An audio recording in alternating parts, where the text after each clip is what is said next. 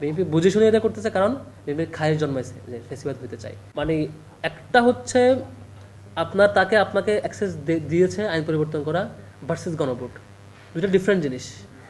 গণভোটের মধ্য দিয়ে গণভোটের সুপ্রিম জায়গায় পিপলস উইলটা এখানে প্রকাশ পেয়েছে।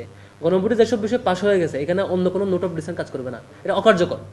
আপনার ইশতেহারে উল্লেখ ছিল এই জায়গায় আপনি নোট অফ ডিসেন্ট দিচ্ছেন।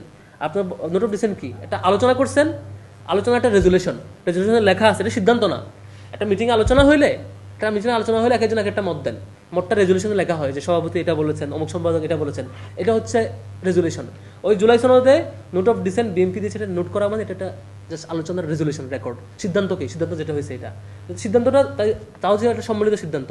সিদ্ধান্তের পরের ধাপে এসে জনগণ সংবিধানে যেটা আছে, জনগণের অভিপ্রায় সর্বোচ্চ আইন। জনগণের অভিপ্রায়টা আমরা দেখছি 70% নাগরিক এটা ভোট দিয়েছেন, তো এটাই সর্বোচ্চ আইন। বিপরীতে আর কারো এখানে নোট অফ ডিসেন্ট অথবা কারো মতামত, কারো ক্ষমতা আসে না যাওয়া ম্যাটারই করে না, কারণ এটার অনেক বেশি লোয়ার লেভেলে। হায়ার লেভেলে হচ্ছে 70% নাগরিকের সম্মতিতে এটা বিজয়ী হওয়াটা।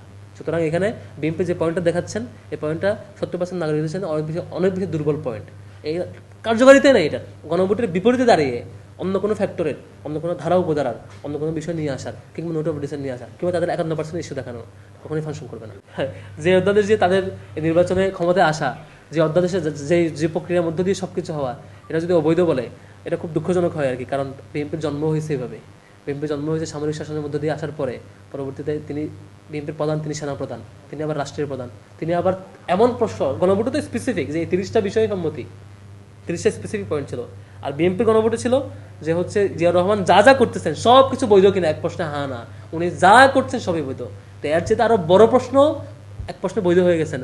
আর আমাদের এখন বিএনপির কাছে 30টা কোয়েশ্চেন, যেগুলো একদম 1-1.5 মাস সময় নিয়ে বাংলাদেশ ইন্টারিম গভর্নমেন্ট নির্বাচন কমিশনের পক্ষ থেকে প্রিন্ট করে বা হচ্ছে অনলাইনে আপলোড দিয়ে প্রচারণায় জায়গায় জায়গায় পৌঁছে দেওয়ার পরও পরে মানুষ প্রিন্টে স্বাক্ষর দিচ্ছেন, স্পেসিফিক কাজ লেখা আছে, এরপরে নাকি এটা মানুষ বুঝে নাই। আর ওনাদের সময়, বিএনপির সময় জিয়াউর রহমান এক নির্দেশনায় যা যা করছেন সবই বৈধ, এভাবে বৈধ হয়ে গেছে। বিএনপি খুব ভালোভাবে বুঝে, বিএনপি বুঝে শুনে এটা করতেছে, কারণ বিএনপির খায়ের জন্মাইছে যে ফেসিবাদ হইতে চায়। তারা চায় পিএসসিকে কন্ট্রোল করে নির্দিষ্ট কলেজ থেকে নিয়োগ দেবে ওই আগের মতো।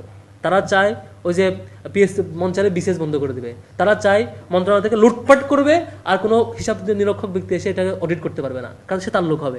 তারা চায় তারা লুটপাট করবে, দুদক এসে জিহুজুর করবে। দুদক তো এটা চেক দিবে দূরের কথা, এটা জিহুজুর করবে। কারণ তারা চায় গণভোট মানলে দুদকের নিয়ন্ত্রণ তার হাতে থাকবে না। তারা জানে গণভোট মানলে পিএসসির নিয়ন্ত্রণ তাদের একচ্ছত্র হাতে থাকবে না। তারা চায় এইভাবে করে প্রত্যেকটা জিনিস হাতে নিয়ে একটা মানে ওই যে হাসিনা, নতুন হাসিনা হইতে চাওয়া আর কি। হাসিনা একটা আসলে ব্যক্তির নাম না, হাসিনা একটা চরিত্রের নাম। কখনো এটা ব্যক্তি হাসিনার উপর ভর করে, কখনো আস্তে আস্তে সালাউদ্দিনের কিংবা স্বরাষ্ট্রমন্ত্রী কিংবা বিএনপির উপর ভর করতে ধীরে ধীরে যেতে চায় আর কি। এটা আমরা ভয় পাই, আমরা চাই না আর কেউ হাসিনা হোক।